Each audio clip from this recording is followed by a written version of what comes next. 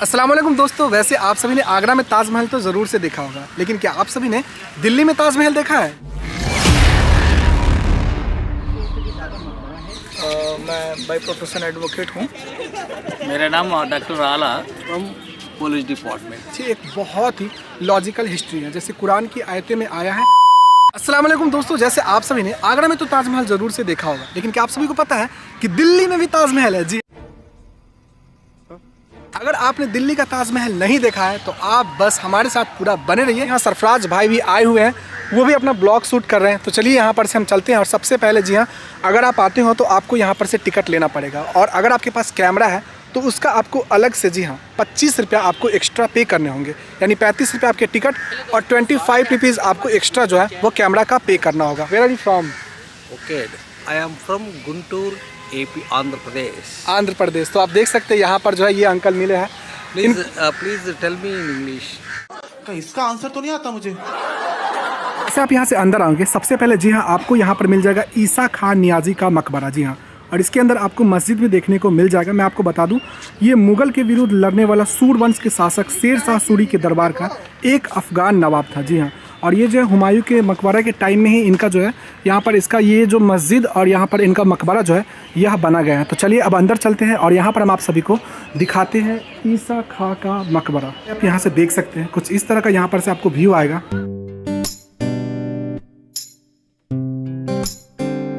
आप यहाँ से अंदर आते हैं तो आपको यहाँ पर बहुत सारे कब्र जो है वो छोटी बड़ी कब्र देखने को मिल जाता है। यहाँ पर जी हाँ उनका यहाँ पर मकबरा है, और यहाँ पर उनका जो है कब्र जो है बीच वाली ये देख सकते हैं, और ये जो उनके परिजनों का है, जी हाँ उनके रिश्तेदारों का यहाँ पर जो है ये उनका यहाँ पर से कब्र है।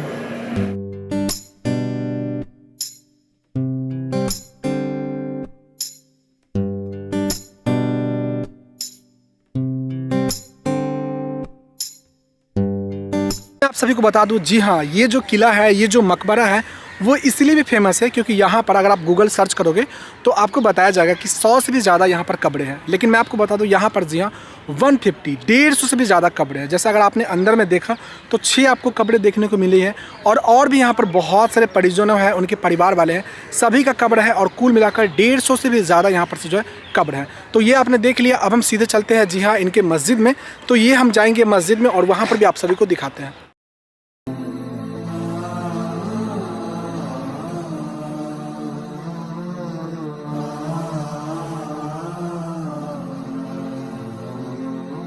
तो ईसा के मकबरा के ठीक सामने मस्जिद है, जी हाँ, जो कि मैंने आप सभी को यहाँ पर दिखा रखा है।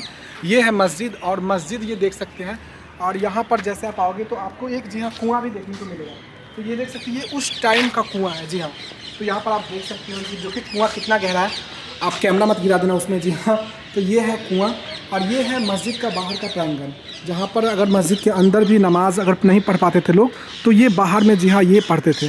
और यहाँ पर आते हैं तो आप जूता चप्पल ज़रूर से बाहर यहाँ पर से उतार दीजिएगा। और यहाँ पर भी आपको बहुत सारे छोटे छोटे कब्र यहाँ पर आगे जो है वो यहाँ पर देखने को मिल रहा है। यहाँ पर साफ साफ कहा गया है ये मस्जिद है। जी हाँ, और यहाँ पर लोग चप्पल और जूता पहनकर भी आते हैं, जबकि साफ साफ वहाँ पर बाहर बोर्ड में लिखा गया है कि ये पहनकर, क्योंकि ये मस्जिद है। जी हाँ, इसके अंदर आप जूता और चप्पल पहन के आओगे तो ये बिल्कुल भी सही नहीं है। लेकिन यहाँ पर लोग इसका बिल्कुल भी जो है वह पालन नहीं करते हैं।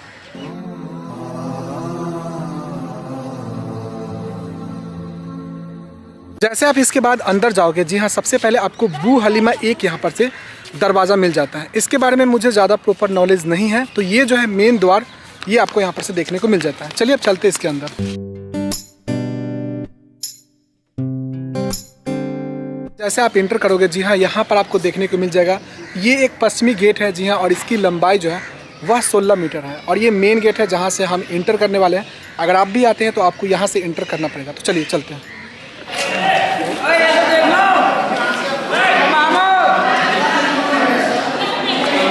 तो जैसे आप अंदर आओगे सबसे पहले आपको एक छोटा सा म्यूज़ियम देखने को मिलता है। जी हाँ, जहाँ पर देख सकते हैं इनकी बनाए गए सारे यहाँ पर स्ट्रक्चर हैं। उसके अलावा उस टाइम जो यूज़ किए जाते थे ना ईसा खां के मकबरे खुदाई के दौरान जो मिला है, ये सब चीज़ें यहाँ पर उससे प्राप्त हुई है। जी हाँ, और यहाँ पर आप देख सकते हैं और भी स्ट्रक्चर यहाँ पर आपको देखने को मिल जाता है।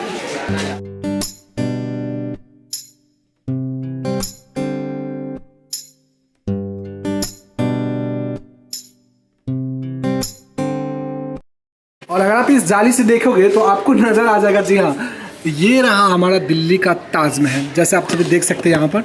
तो ये देखिए, जी हाँ, ये है दिल्ली का ताजमहल, यानी कि हुमायूं का मकबरा।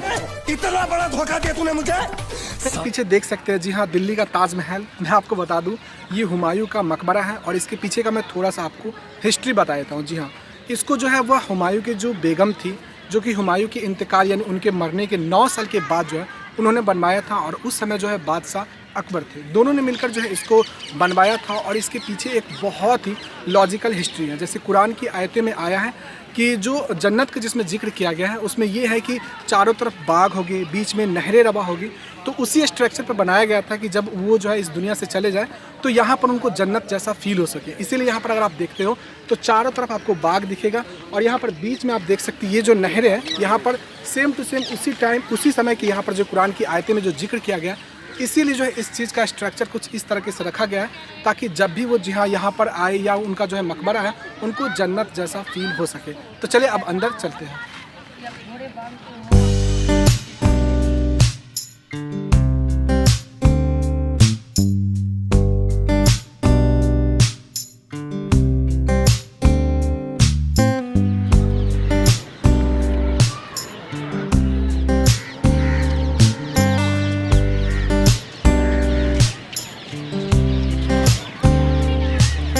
यहाँ इसके सबसे ऊपर जो छत है ना, उस छत पर आ गए हैं और यहाँ से आप प्रॉपर व्यू देख सकते हैं। और ये जी हाँ दिल्ली का ताजमहल है, क्योंकि अगर ये नहीं होता ना तो फिर जो है आगरा का ताजमहल कभी भी नहीं बनता। क्योंकि जो आगरा का ताजमहल बना है वो सेम टू सेम इसी के स्ट्रक्चर पर बना है। और सबसे अच्छी बात मैं आपको बता दूं, जी हाँ, इसको बनाने में 9 साल लगे थे और इसमें इंडिया के कारीगर के साथ साथ फारसी को भी इसमें जो है वह शामिल किया गया था। और जी हाँ, इसके जो है 80 साल के बाद ताजमहल बना था। तो आप सोच सकते हैं सेम इसका स्ट्रक्चर कॉपी किया गया है, बस इसमें जो है लाल बलुआ पत्थर का यूज़ किया गया है और वहाँ जो है वाइट संगमरमर का यूज़ किया गया है। तो आप ऊपर से यहाँ पर सीन देख सकते हैं। एंड मैं आपको यहाँ पर दिखाऊँ तो ये सभी जगह जी हाँ नहरें जो है ये यहाँ पर से बनाया गया है पानी के लिए। क्योंकि जो मैंने आपको शुरुआत में ही बताया कि एकदम से वो जो चाहते थे ना कि जो उनके शौहर हो या जो उनके हस्बैंड है उनको जी हाँ जन्नत वाली फीलिंग आए, तो इसीलिए वो पूरा बाग बनाया है। बाग के साथ साथ जो है बीच बीच में जो है नहर को इंक्लूड किया है। तो यहाँ पर मैं आपको बता दूँ 150 से भी ज़्यादा कब्रें हैं। अगर आप आते हैं तो इसके अंदर जी हाँ हुमायूं का है और साथ में उनकी जो 2 बीबी हैं उनके कब्र हैं। और साथ में यहाँ पर आते हो तो आपको ऊपर में जी हाँ ये देख सकते हो, वहाँ पर मैं आपको दिखाऊंगा बहुत सारे कब्र जो है वो उनके घर वालों और उनके परिजनों का जो है वो यहाँ पर से दिया गया। और नीचे भी बहुत सारे कब्रें हैं जो यहाँ पर देख सकते हो। तो मुख्य द्वार ये है, उसके अलावा सेम टू सेम जी हाँ आपको एक यहाँ से भी दरवाज़ा मिल जाएगा। एक चीज़ मैं आपको और बता दूँ, जी हाँ, दिल्ली में जितने भी मकबरे हैं और आगरा में भी ज़्यादातर कोशिश किया गया है कि यमुना नदी के किनारे बनाया जाए, क्योंकि वहाँ पर जो है पानी जो है वो उपलब्ध होती है। इसीलिए यहाँ पर जो है ये भी यमुना नदी के किनारे ही जी हाँ इसको बनाया गया है। चलिए अंदर चलते हैं और जी हाँ सबसे पहले हम आपको उनका जो मकबरा है वो आपको दिखाते हैं। तो यहाँ पर आप जैसे आएंगे ना तो सबसे पहले यहाँ पर आप देखोगे आपको बहुत सारे कब्र देखने को मिल जाते हैं। मैंने आपको बताया ना 150 से भी ज़्यादा कब्रें हैं। अगर आप यहाँ पर आते हैं तो देख सकते हैं यहाँ भी कब्रें हैं और हर कब्र के पास जी हाँ एक ये देख सकते हैं, ये जाली का जो है यहाँ पर से विंडोज़ की तरह बनाया गया ताकि रोशनी जो है वह इसके अंदर आ सके। और यहाँ पर भी अगर आप देखते हैं तो यहाँ भी आपको जो है रोशनी के लिए ये यहाँ पर से बनाया गया। अब चलते हैं मेन मकबरे पर। जी हाँ, तो यहाँ पर जैसे आप आते हैं तो यहाँ पर आपको देखने को मिल जाता है मेन मकबरा। तो ये आप देखिए, जी हाँ, तो यही है जी हाँ हुमायूं का मकबरा, जो कि आप सभी यहाँ पर देख सकते हैं। और इसके ठीक यहाँ पर लेफ़्ट या राइट साइड में उनके जो है यहाँ पर से जो बेगम है उनका मकबरा है। तो वो भी मैं आपको यहाँ पर दिखाता हूँ। सबसे पहले जी हाँ आप देख लीजिए, यही है हुमायूं का मकबरा। इसके ऊपर ये जो देख सकते हैं उस टाइम का जो है कुछ लगाया गया है, इसके बारे में मुझे नहीं पता।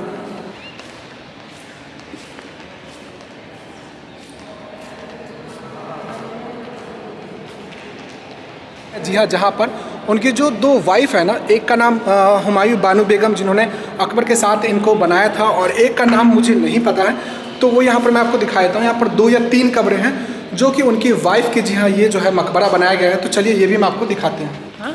तो ये जो आप मकबरा देख रहे हैं जी हाँ ये उनकी वाइफ का है, जो कि एक का नाम मुझे पता है लेकिन 2 का नाम मुझे नहीं पता है। तो इनके पीछे भी देख सकते हैं बहुत सारे विंडोज़ यहाँ पर से बनाए गए हैं ताकि इनके अंदर जी हाँ इसके जो रोशनी है वो यहाँ पर आ सके। तो ये आप देख सकते हैं।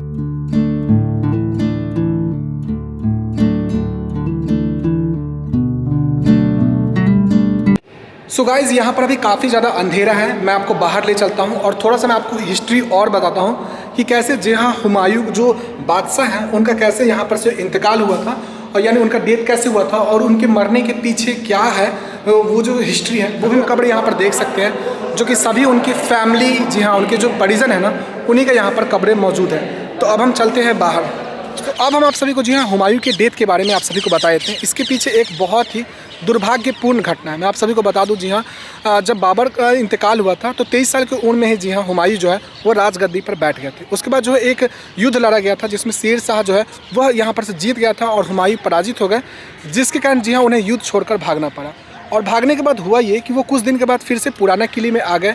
पुराना किले में आने के बाद उनका एक बहुत ही अच्छा हैबिट था, आप उसको हैबिट कह सकते हो या आप उसको अच्छा चीज़ें कह सकते हो, कि जब भी जी हाँ अजान होती थी तो वो क्या करते थे, वो ऐसे बैठ जाया करते थे। जी हाँ ये देखिए एक अदब के मकाम के लिए वो ऐसे बैठ जाया करते थे। और जब वो एक दिन लाइब्रेरी में बुक पढ़ रहे थे उसी दौरान अजान हुई और वो ये भूल गए कि उनके हाथ में बुक है, जिसके कारण जी हाँ वो सीढ़ी से गिर गए और गिरने के बाद जो है उनका जो है डेथ हो गया।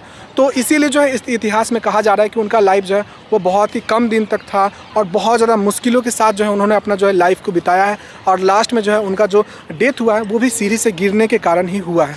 तो ये कुछ हिस्ट्री थी और ये देख सकते हैं बाहर का नज़ारा इस वीडियो में आप सभी के लिए कवर कर दिया है। और सरफराज भाई हैं, आपको कैसा लगा जी हाँ ये घूमकर?